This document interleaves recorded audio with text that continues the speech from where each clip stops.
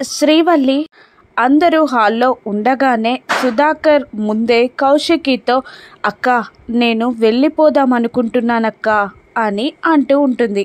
అప్పుడు కౌశికి ఎక్కడికి వెళ్తావు, ఎవరి దగ్గరికి అని వెళ్తావు అని అంటూ ఉంటుంది.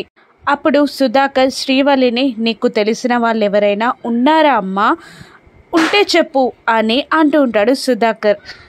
నా దగ్గర మా అమ్మ ఫోటో తప్ప ఇంకా ఎవరు తెలిసిన వాళ్ళు లేరయ్య గారు అంటూ ఉంటుంది శ్రీవల్లి. అమ్మ ఫోటో అనగానే వైజయంతి గుండెల్లో బాంబ్ పడ్డట్టు ఫీల్ అవుతూ ఉంటుంది. అమ్మ ఫోటోనా, కొంపదీసి దీని దగ్గర సుహాసిని ఫోటో ఉందా అని ఈ టెన్షన్ పడుతూ షాక్ అవుతూ ఉంటుంది వైజయంతి. అమ్మ ఫోటో అని కౌశిక్కి శ్రీవల్లిని అడుగుతుండగా అవునక్క మా అమ్మ ఫోటో ఉంది నా దగ్గర అని అంటూ ఉంటుంది శ్రీవల్లి. అమ్మ ఫోటోనా, అది ఎక్కడుందమ్మా అని సుధాకర్ అడగగానే మా బ్యాగ్లోనే ఉంది అయ్య గారు అంటుంది శ్రీవల్లి.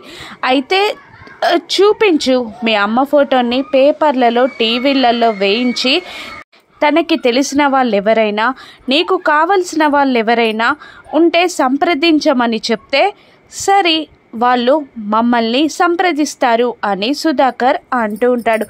నాకు కావలసిన వాళ్ళు ఉంటే నాకు అంతకన్నా సంతోషం ఏముంటుందయ్య గారు, ఇప్పుడే తీసుకొస్తాను, అది బ్యాగ్లోనే ఉంది అంటూ శ్రీవల్లి ఫోటో తీసుకురావడానికి వెళ్తూ ఉంటుంది.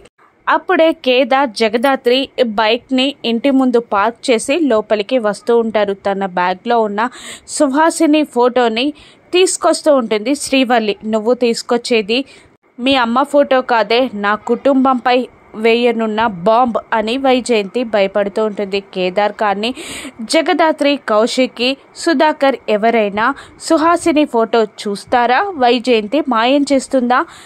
రాను ఎపిసోడ్స్లో చూద్దాం. Thank you for watching.